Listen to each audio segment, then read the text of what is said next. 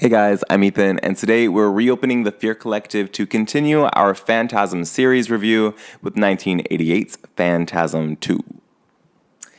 So, if you watched my original review of Phantasm, you know that I wasn't super stoked about it. I think the style and the theatrics were probably my favorite elements of that film, but I am happy to report that I did have more fun with the sequel because it really leans into the campy theatrics and kind of takes it to this whole other crazy level, which is awesome. We got 2 exploding houses in the first 15 minutes, which is like the quality content that I signed up for. It's obvious right from the jump that the producers kind of wanted a Michael Bay, the sequel, which I'm here for. I love explosions. Give me explosions. Amity already knows what's up. I love that we get to see the Ewoks' faces in this installment because those characters just seemed really silly to me in the original, but they're actually made to be pretty menacing now. And despite for the fact that they like get thrown around and thrown down the stairs, which is kind of funny, they worked a lot better in this movie. The character of Mike returns from the first film, but he is recast, which is like, yes, thank you. And the story follows him and Reggie from the original as they attempt to find a young woman who has been telepathically communicating with Mike because I guess the tall man is after her. I do find the narrative kind of hard to follow, as was the case with the original. I think it's best to just kind of turn your brain off and enjoy it. Don't overthink it. And there's a lot of fun to be had with the movie. It goes full Evil Dead with Reggie wielding a chainsaw, and there's another Sam Raimi nod in the scene where Liz is bound in the mortuary, which, by the way, looks a lot better in the new darker color scheme. And speaking of Liz, what does she even do in this movie? Like, what is her purpose? Why doesn't she get a chainsaw?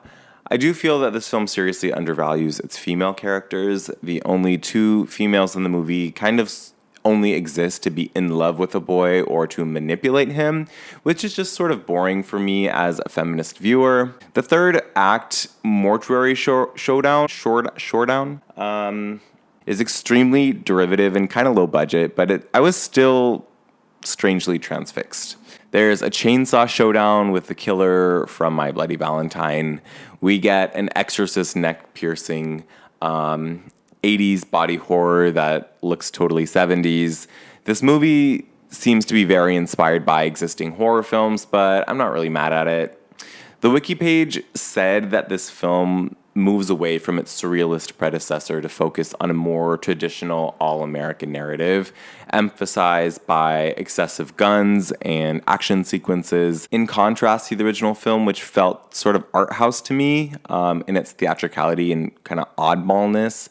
The sequel definitely feels a lot more mainstream Hollywood blockbuster without the blockbuster budget. But I don't hate it, honestly. It was fun for me to have on, and I can totally see myself watching it as like a background movie while you're cleaning your house or like doing something that kind of distracts you.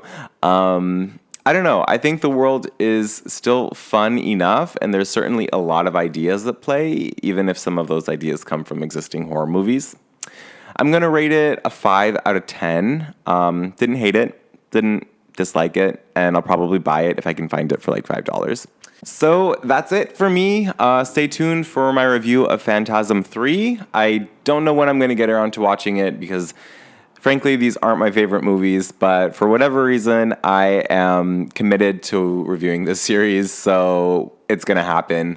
In the meantime, if you have a movie that you'd like to hear me talk about, leave a comment down below and let me know. And if you can share, like, and subscribe, this is a new channel that I'm trying to get off the ground, so I would appreciate all of the love. And until next time, the collective is now closed.